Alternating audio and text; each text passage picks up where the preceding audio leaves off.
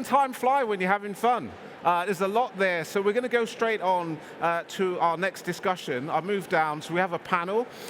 We've got 3 speakers coming up now. Francesco Veloso, Dean of INSEAD, Fabrice Barthélemy, CEO of Tarkett, and Laurence Pessez, who's the CSO of BNP Paribas. Please come in and join me as we continue our discussion.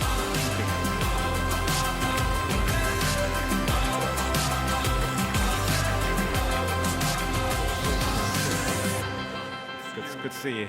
Good to see you, Laurence. Have a seat. How is everyone? You all okay? Yeah. Yeah, and we'll do a quick mic check. Again, we can hear everybody at the back. We're all good? You can hear us? Yeah. Yeah? Guess so. Good. Wave your hands at the back. I've got a thumbs up. Thank you, sir. There 1, you go. 2, 2 3. thumbs up, even. Right. Look, let's just jump straight into this. Maybe if I start, Laurence, I will start with yourself. Sorry, Fabrice, sorry, I'll start with yourself. When we had a brief chat, and we talked about the fact that that you guys at Target, maybe you introduce a little bit of what you do in Target, you were really fast out the blocks with your CSRD reporting, a lot of work, a lot of data, perhaps too much data that you went through, but when we're thinking long term, what insights were you able to pull from that data, and how has that enabled you to drive forwards your long-term planning? Well, first, John, when we started the journey towards circular economy, we didn't know exactly where our carbon footprint was. And really, that data, in CSRD, there is too much data. But we had to work with data to understand where our carbon footprint was. And we understood it was, of course, like many manufacturing companies, it is scope 3 that makes about 85% of our carbon footprint. And therefore, we directed our efforts into what could reduce that carbon footprint, and this is using better raw materials, using more recycled raw materials, and of course, taking care of what happens to our products after their end of life. And so with that data, we are able to measure what we do and our results. We are a manufacturing company. We like KPIs. And we know that by giving the right KPIs to the teams, we get results. So we are very proud, for example, to have doubled our share of recycled materials over the last few years from 10 to 20%. It's only a step, but it's very important. There's another example I want to give about data in long-term decision is, like any manufacturing companies, we make every day decisions for the long run. When you build a factory, when you invest in a new line, it's not for 1 or 2 years. It's for at least decades. And therefore, we have included in the way we look at investments, a shadow carbon tax. And we priced carbon emissions not at 40, 50 euros per ton, but 250 euros per ton, which is at least what the cost will be in a few years. And therefore, we are able to make better decisions, actually, when we try to offset or to compare location of plants, energy mix of plant location and countries, and to take into account the future cost of greenhouse gas emissions in the way we look at the investments. These are 2 examples of data I wanted to share with you. Yeah, it's so fascinating in this post-truth world, when we're struggling with facts, you're anchoring to data, to facts, to actually drive your long-term planning, which is wonderful. Fantastic. But if I move on from data and facts, I'm going to go to maybe a bold vision. Laurence, a bold vision, a bold statement, choosing to align your credit portfolio to a 2 degrees world, you know, saying that a while ago now, working towards that, I mean, that took some courage. Maybe you could just talk about that decision, right? And how did you get buy-in and support for that decision? Yes, you're right. When we took the decision to align our credit portfolio with a net zero scenario by 2050, it was considered kind of a bold decision. But we did it based on several convictions. First, Well, we decided to set intermediary targets, of course, 2030 targets, which, believe me, in the financial world is already very long-term thinking. But we support clients, especially in the industrial sector, that have a very long time horizon. They're invested for 10, 15 years and more in order to decarbonize their business model. So they have a rather clear view of the reduction trend of their CO2 emissions. So we basically set our targets based on the forecast of our clients, which makes sense, of course, from a commercial standpoint. But we also did it because as the leading bank of the EU zone, we are firmly convinced of the need for Europe to decarbonize itself for competitive reasons, for sovereignty, for job creations, innovations, industrial filière, you name it. And we consider, as we have 2/3 of our activities in the EU, that it's our job to support this transformative change. It's also motivated by risk management reason. We all know that the transformation we are living is a competition. There will be winners, there will be losers, and better to know as early as possible which clients we're going to support.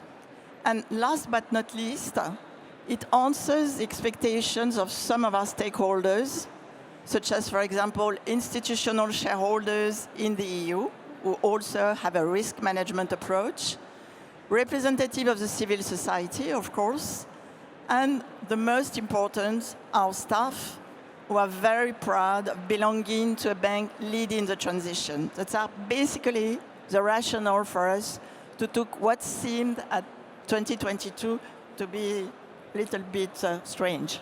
That's wonderful. So you've got a bold decision, but interim targets, and the desire or a strong commitment to drive decarbonisation.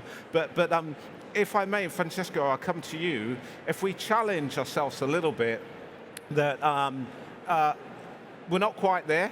Global stocktake from COP28 told us that we know we're not on track for 1.5 degrees. Probably the most optimistic view would put us at maybe 2.9, 3.1 or so. So there's a gap.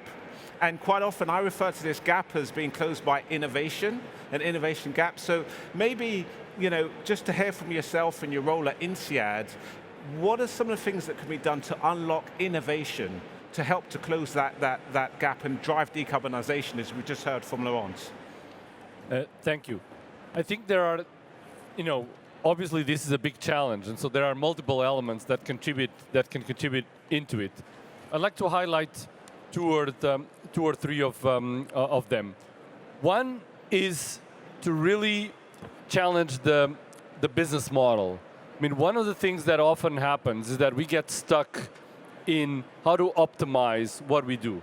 So as you said, if you're thinking about that innovation gap, you need to think about, can I rethink the way that I do business in a particular area and really enter in that space in a different way? And we have increasing number of examples of entrepreneurial initiatives and firms that have gone through that. And since this is the year of COP30 in Brazil, I mean, we work with a couple of firms. One very interesting is, for example, Sigma Lithium in Brazil. Lithium extraction is often thinking of something that's polluting. Well, they've created, because they've challenged the business model, they've created an entire company that is actually net positive on all dimensions, not only on energy, but also in waste and a variety of things. Because, it took them a long time. They almost went bankrupt 3 times because they have to rethink the business model. But now they're out there. They're listed in the NASDAQ, and they're an amazing example of how, if you push your business model to a different level, you can really do things in a different way. But that also connects to what we think is our role as a school, because we have different roles. One is certainly to look at these and to help disseminate, because, as you were saying, if there is that gap, people need to understand what are the opportunities, what are others doing. And that's what we can do through the way that we educate the next generation of leaders, but also through our intervention in terms of executive education. We do a lot with existing firms, with executives, to help them better understand what they can do to challenge those assumptions, think differently, and make a change. And of course, we're very proud of really doing that with our students. We really adjusted the way that we think and that we prepare them to be able to, be better leaders in this, to close that gap that you're talking about. And this is something that it involved rethinking the entire curriculum of the MBA, for example, to have sustainability across the core. We changed our capstone project to make sure that it really focused on sustainability. So these are some of the things that we can do on understanding, disseminating, and then training and educating the next generation of leaders. I don't know what you guys all think, but when I just heard from Francesco, nearly got made bankrupt 3 times, I was like this, and there's a lot of entrepreneurs here, because that takes courage, right? It does take courage, and I know that a lot of people will be thinking that and feeling that, but Laurence, maybe back to yourself, it takes courage, but it also takes capital. How do we unlock capital for exactly the sorts of scenarios and these challenging initiatives that we've just heard now from Francesco? So maybe I would start to convey a positive note. The world hasn't come on pause because of what's happening in the US, and we have a massive pipeline of low-carbon projects coming from all the regions of the world, Southeast Asia, Middle East, Europe, Latin America, etc. And there are lots of renewable energy projects, of course, green hydrogen, energy efficiency, energy storage, which is very encouraging. But still, I think that we could do better. And in some areas, there are still some bottlenecks that we could collectively solve. For example, in the transportation sector or heavy industry sectors, I think that some signals from policymakers would help the industrial companies unlock investments because they need clear visibility and stability. Also, Laurence was insisting on the need for us to support emerging countries in their decarbonization. So, of course, we finance renewable projects, but they will have to manage the intermittence. And if we want us out of coal, they will need gas, of course, but also nuclear will be part of the equation, as we need all the levers at our disposition. And so far, the multilateral development banks, the guys, the big development banks that we need on our side to finance projects, long-time projects in those considered risky countries, still don't want to support nuclear projects. So I think it's something which could be improved. And also, an important thing is to make the transition affordable, and affordable for everybody. And I have a great example in mind, in the agriculture sector, with one of our clients, McCain, the big potato firm. McCain took also a bold commitment to have 100% of our potatoes coming from regenerative agriculture by 2030. So they are asking all their supply chain, so the farmers, to move from industrial agriculture to regenerative. So it requires investment, it requires capacity building, the yields will decrease during the period of transition, so the farmers need financial support.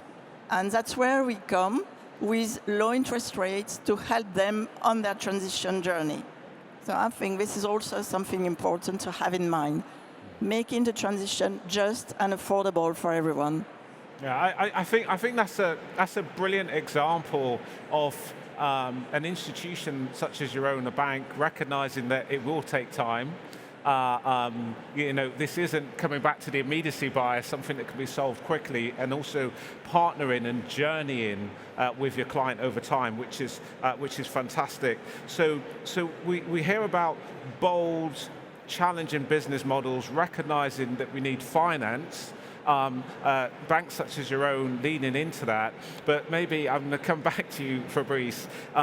There is a whole piece around positioning the value case for this, and just a little bit of context so that you're all aware.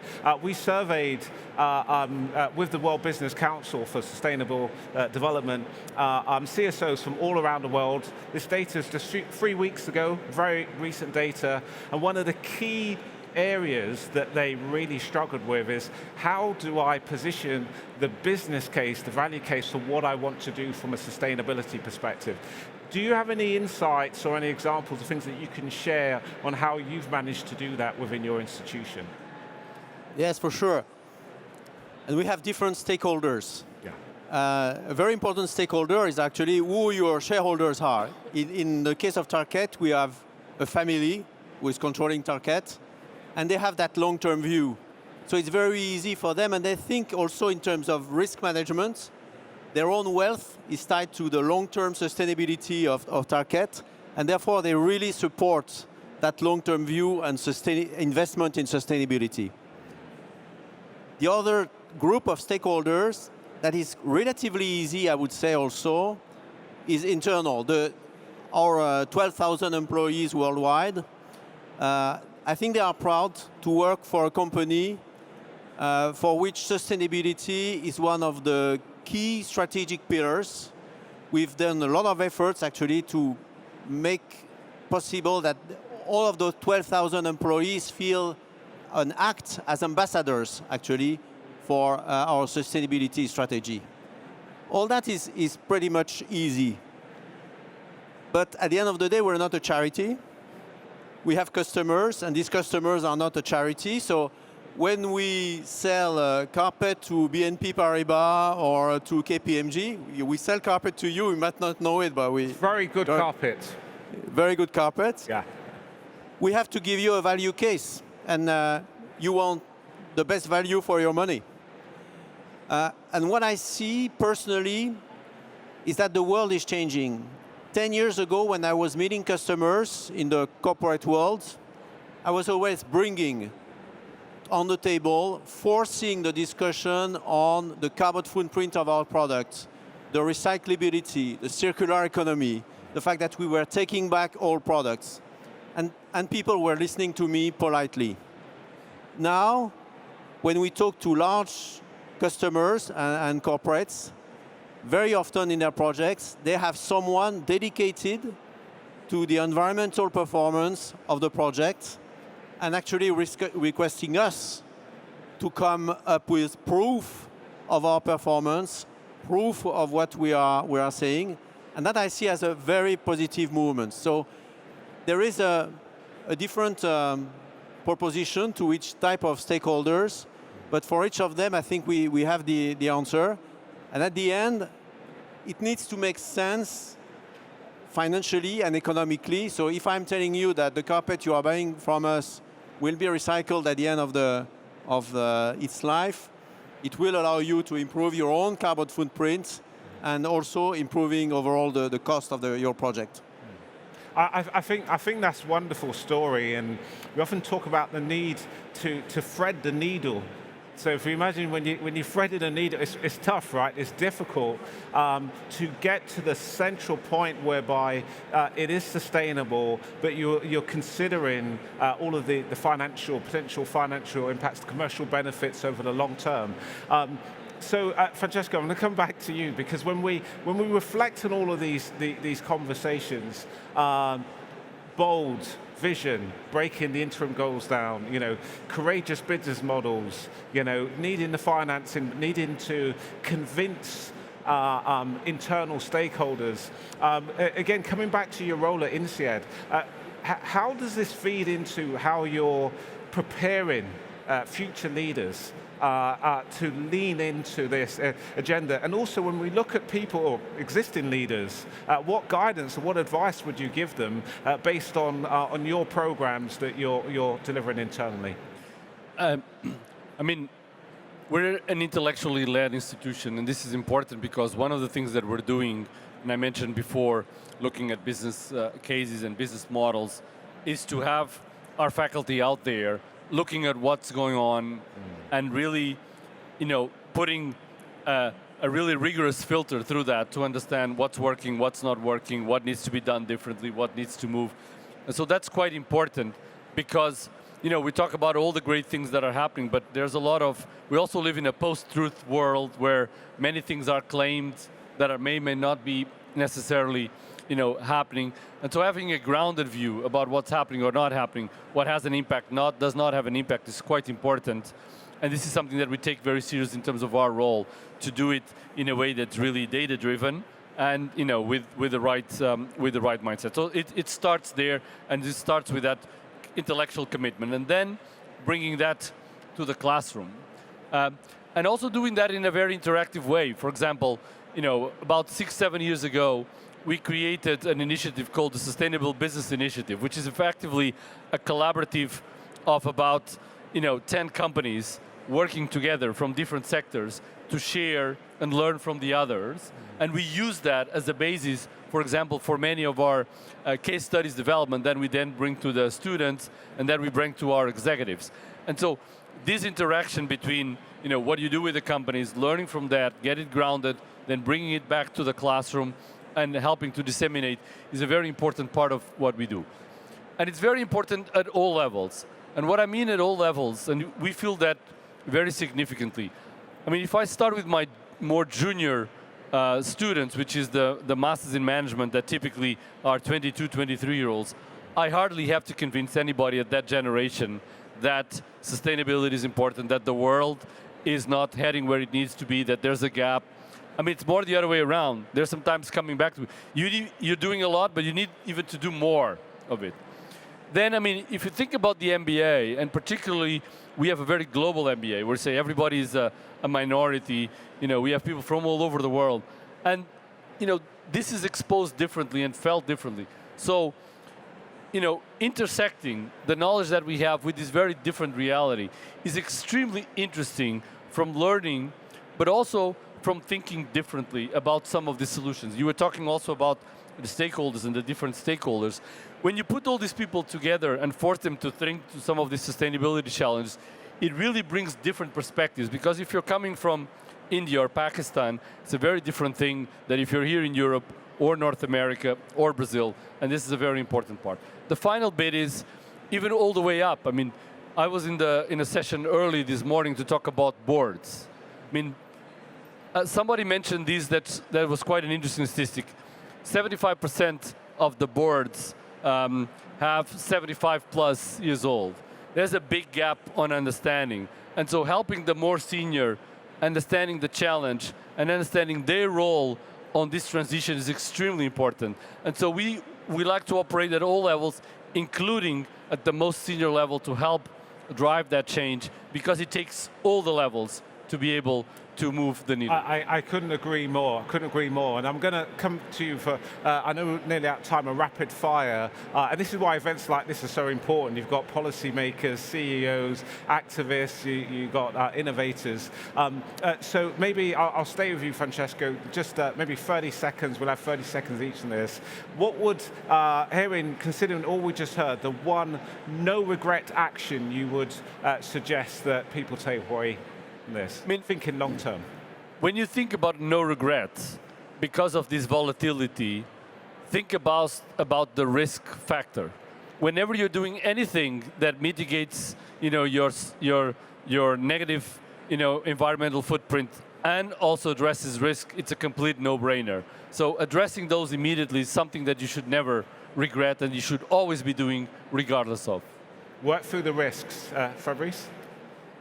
One no regret action: educate, train, communicate relentlessly, because I am a strong believer that, especially in the world we live in now and what is happening in some parts of the world right now, companies and global companies have a role to play in changing the society.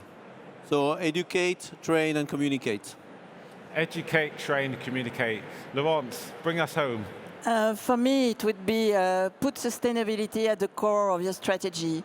Our current strategic plan is called Growth, Technology, Sustainability.